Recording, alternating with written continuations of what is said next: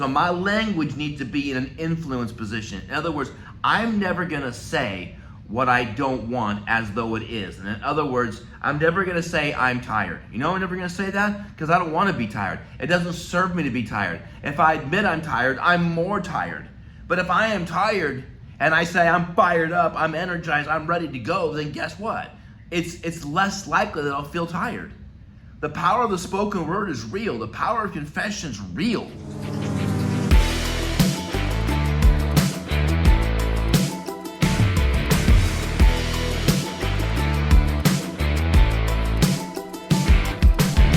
You're listening to The Man Maker Show.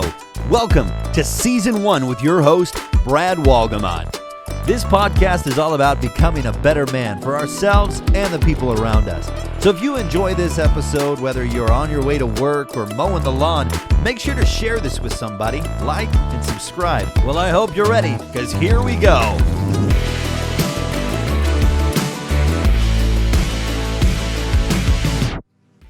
Hello. Welcome to episode 2, season 1 of the Man Maker Show. Hope you're doing incredible. Brad Walgamot coming to you from Cabo San Lucas, Mexico this particular time. Hope you're all doing well. Welcome back. Hope you had a chance to absorb a little bit of the message from episode 1. Gonna dig in a little bit deeper here. Sorry for the flashing lights. I am poolside. It is evening. It is quiet. The family is sleeping. All is well. I hope you're doing incredible.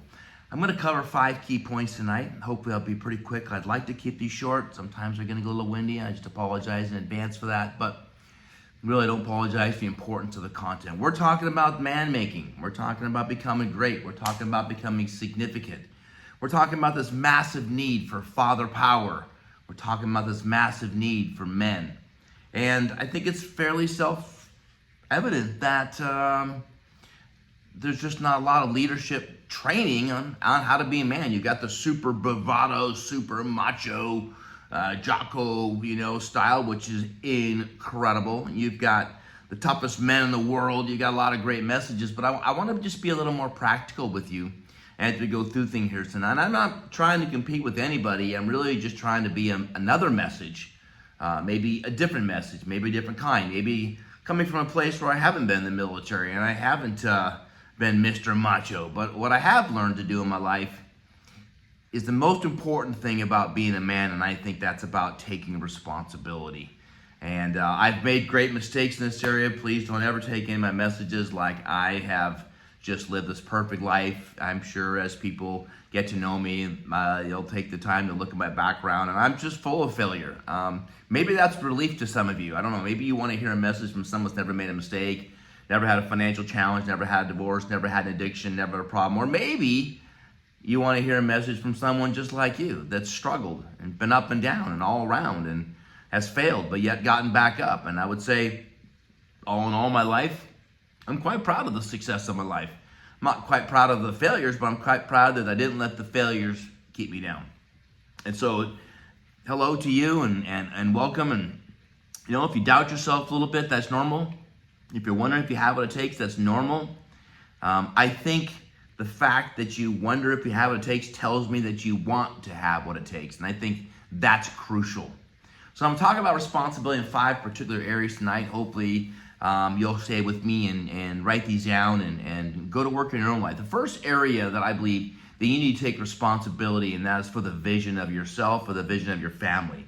Leading off with your family. If you're a single person, then you are your family. But if you have a wife or a husband, if you're a female, listen to this. This is predominantly for men, but I'm sure some ladies will listen. But if you're a young man and you're 8, 10, 12, 15 years old, you still need to have goals. You still need to have a vision. And there's a big difference between a goal and a vision. I won't split hairs on that tonight, but you need to have an idea of where you want things to go. God's word says in the Bible that man without vision shall perish. What does that mean? That just means that if you don't have an idea of where you want to go, you're going to end up where someone else wants you to go. And that's really just not what we want. I read a book years ago about the westward progress across the country back in the 1800s as the wagon trains came across the prairies and made little towns. And you've probably learned over the years that all the cities are basically built where the wagon train broke down or had to park for the season, or hit a mountain pass, or hit a river, or had a blockade, and so they set up camp. And the most important wagon in the wagon train was always the one that carried the provisions. And I find it interesting they called them provisions, right? Because provisions were food and medicine and probably clothing and some tools, but the things that they needed in order to sustain life. And I find it interesting that that term was called the provisions, because that's really what it is. It's the vision that gives us the drive to do the awkward, to do the uncomfortable, to do the inconvenient. I believe it was founder of Apple that said that if you don't love what you do, you're never going to make it. You have to love it. And that's what a vision is. A vision comes from your heart. It's something that you couldn't live without. Now, a lot of people struggle in this area because they've really never taken the time to ask themselves, what could they live without? But from a family perspective, the provision of our family is for us to provide for them. And so we have to take responsibility for the vision of the family, the direction of the family, and the provisions of the family. That is an honor. Now, some people think that's a great responsibility, and of course there is a responsibility to it, but really, I think it's better than that. I think it's an incredible opportunity.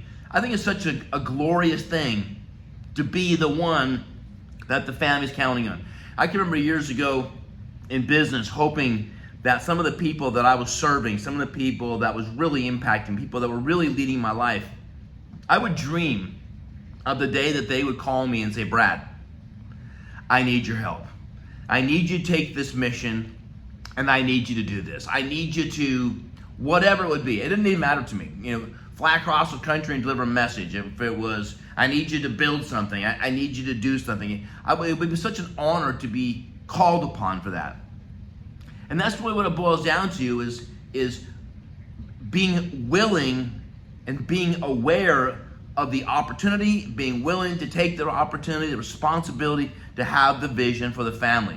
From that, we move into step 2, and that's really the willingness to do the hard work. But I don't think if you have a vision, you won't know why you work hard. You won't have this deep purpose. If you don't know why you do what you do won't make any sense. If people, I've said for years and years and years, if you know why I do what I do makes total sense, because it's how I want to live that drove the actions that I took. I didn't enjoy a lot of the work that I did to build my success. It wasn't like I could hardly wait to do it, because frankly, I better fish and hunt and hike and travel and hang out with my friends and go to ball games and concerts. But I didn't do a lot of that in my 20s because I was providing. I was doing the hard work. I was working my job from 6, 7 o'clock in the morning till 6, 7 o'clock at night. And then I built my company from 6 or 7 at night till 1 or 2 or 3 or 4 in the morning oftentimes. And that was hard. There's no question about it. I was exhausted, but there was a pride that welled up in me being tired. There was a pride of the bags in my eyes. My skin would break out in acne. I would look like I was on drugs or something. There was times when people were like, Brad, are you all right? I'm like, I've never been more right in my life. I'm just right. And I wouldn't give them the pleasure of saying I'm tired, because I think the third key, and these are just my opinions, right? You can toss them out if you want, but my opinion is the third key is you have to watch your language. You have to keep your language in a leadership position. And leadership is the word influence. So my language needs to be in an influence position. In other words, I'm never going to say what I don't want as though it is. And in other words, I'm never going to say I'm tired. I'm never going to say that because I don't want to be tired. It doesn't serve me to be tired. If I admit I'm tired, I'm more tired. But if I am tired and I say I'm fired up, I'm energized, I'm ready to go, then guess what? It's less likely that I'll feel tired. The power of the spoken word is real. The power of confession is real. And we see it all over the world. The power of confessing what we want as though it is, we have to lead with our words. And so I want to challenge you. It may sound fakey. And in all reality, it kind of is, but it's not. I don't think it's fakey to speak what you want as though it is. I don't think it's just it's one of those things where it's kind of a fine line between, some people call it like fake it till you make it, or even lying about things. But really what I want to do is I want to say I feel great, even though I may not feel great, because I got a better chance of feeling great.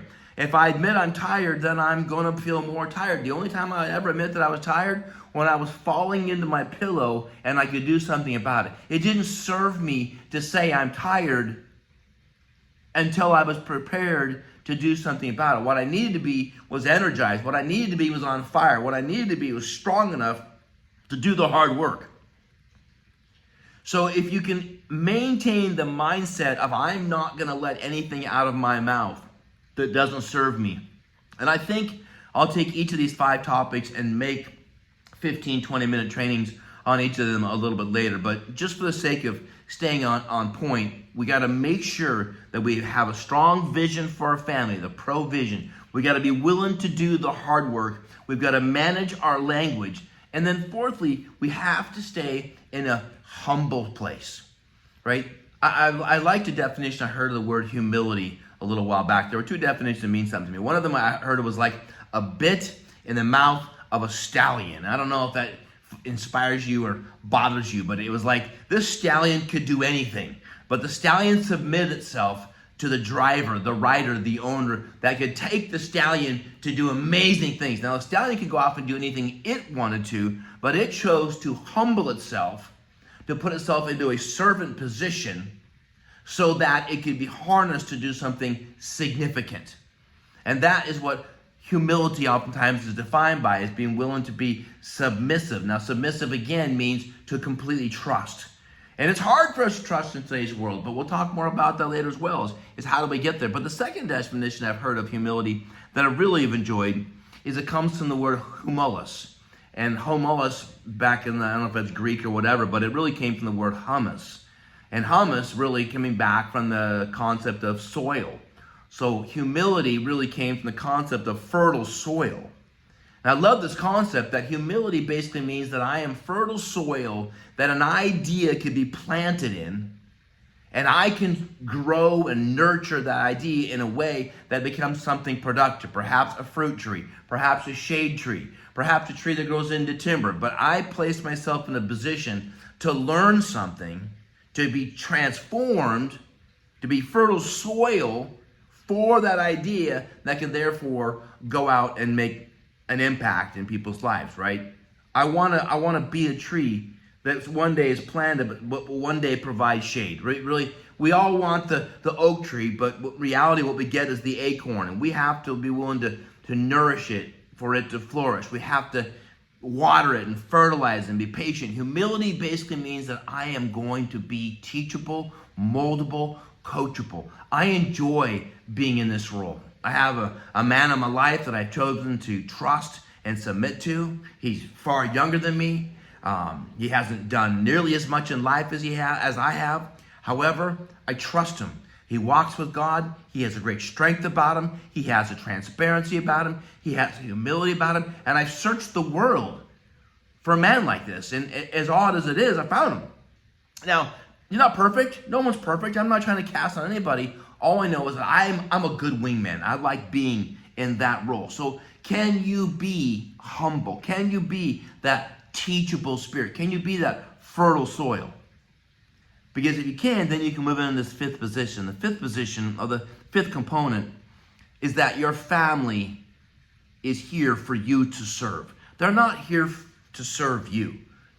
Back in the day, in fact, I was told this the other day that a friend of mine had a half-brother, and the half-brother was kind of adopted by lots of families every summer because they needed cheap labor. I can't even imagine this. But they basically would adopt kids in the farming communities because they needed more labor. In fact, it wasn't that long ago when families had to have lots and lots and lots of kids because they needed the kids to serve the family. Now, I'm all about kids serving the family. I'm all about teamwork. I'm all about coming together for a cause. But as a man, as the leader of my family, it is my responsibility to serve my family. I'm in an inverted position. I serve my wife. I serve my children. Billy talks about the apparently person on top. Well, if I'm the person on top, if I'm the head of the household, my position is, my head of the household is at the bottom to serve, to impact, to empower, to lead, to do the hard work, to do the heavy lifting. Shelly and I have always had this saying I've asked her to embrace with me, and that is, I do the heavy lifting. I do the hard work. If there's something stinky, I take care of it. If there's something heavy, I carry it. If there's something scary, I deal with it. I do the heavy lifting. Not because I want to be just Mr. Macho, just because I serve my family. Part of serving my family is that I'm willing to take the risk. I'm willing to scale the wall.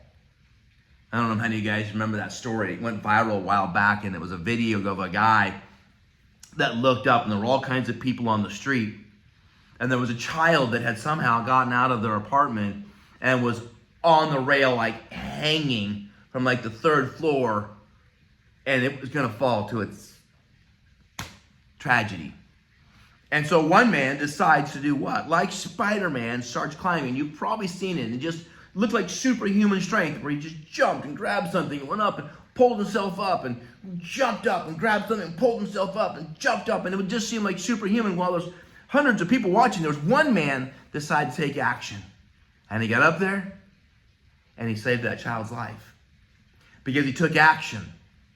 Because he's willing to put his own life at risk in order to save another. That's a man.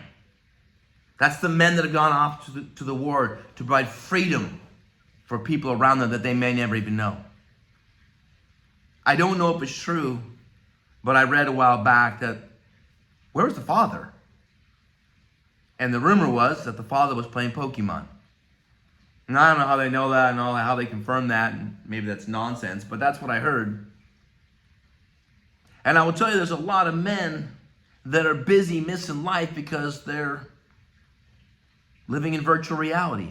And I will promise you, and this is kind of a silly statement, but I'll promise you, the warrior that is winning in the virtual world will never be the man that the woman is looking for in the real world. You want to be a man that is sought after? You want to be a man that is respected? It won't because you're the master of level 3 Game of Thrones, whatever, Halo, whatever. Probably not a Game of Thrones video game, but you're not. The master of virtual will never be the man that the woman will search for in the real. Put the games away. Find the hard work. And the reason I say it's important, because here's what I want for you. I want you to be able to look in the mirror and see a man. I want you to be able to go in there and look at a man that is keeping promises to himself. I heard it said once, I don't remember who it was, it might have been Joe Rogan, but it said that confidence is the result of keeping promises to yourself. Probably wasn't Joe Rogan, it was someone like that. It stuck with me. Confidence is the result of keeping the promises that you've given. In other words, you put your word out there. You say, stick with me. When I asked Shelly to marry me, I promised to the world. I guarantee you I didn't say, hey babe, if you marry me, you can have a job the rest of your life. If you marry me, we can be broke. If you marry me, we can have kids and struggle economically. If you stay with me, we can go camping for our favorite trips. No way. I don't mean it as an insult. I'm just saying, when I asked Shelly to marry me, it was like I had to sell the vision. My wife is amazing, and she wasn't going to marry just some average human. I hope I'm not saying that wrong, but I had to provide a vision for my wife, for flourishing. I wanted to be I heard it said years ago, you'll either be the man that makes your wife's dreams come true or become a nightmare. I'm like, oh, I'm not going to be the nightmare guy. If my wife has dreams to have horses, we're going to have horses, and I'm going to find a way to buy the land, build the corrals, build the environment, and make it happen. If her dream is to build an orphanage in a third world country, guess what? We're going to third world countries, and we're building orphanages. If her dream is to take care of her parents as they age and mature, I guarantee you, I want to be the man that turns my wife's dreams into reality. I'm going to rise so far above. Now, Don't get me wrong, I'm not trying to be all macho and bravado and tell you how much I am. I'm trying to challenge you to come with me on this journey of being a man. I want you to look in the mirror and know that you want the phone to ring saying help. That you want to be the person that gets the call for the last shot. Even if you miss, you want to be that person that people can count on, that in a pinch, I will give you everything I've got. You may not make the shot. I played a lot of golf tournaments, these 4-man scrambles, and I love being the last guy to putt. And I've golfed with a lot of significant leaders, and they go, why do you always putt last? I go, because I love the pressure. Like, I hate the pressure. I go, well, it's not that I love it. It's just that I want the opportunity to bail the team out when everybody else has done their best. I want you to be that man. I want you to be so proud of yourself that if things get tough, just right for me. Too hard for you, just right for me. Too hot, I'm just getting going. Exhausted, I'm just kicking in. It's a mindset. I'm not superhuman. I'm not different than you are. It's a decision that you make that when things get tough, you get tougher. That you can answer the bell because you're willing to serve your family. You're willing to put down the video games. You're willing to put down whatever it is until the vision for the family is anchored and in motion. Your woman wants to marry a king. A king doesn't make excuses. A king makes things happen. And that's what we're talking about. Hang in there with me, guys. Short message tonight. Don't give up. Rome wasn't built in a day. You may fall short. You may feel like you can't do it, but I promise you, you can. Sometimes the most important thing is to become more comfortable with not doing it and going, wasn't that bad. Okay, I'm gonna try harder next time. Failure is no fun, but we learn a lot when we make a mistake. Get back up, be stronger. You have what it takes. You have the DNA of greatness. You have the DNA of King David and Jesus in you. You can do all things. Never forget that. So, see you guys in a couple more days. The most important thing is a man.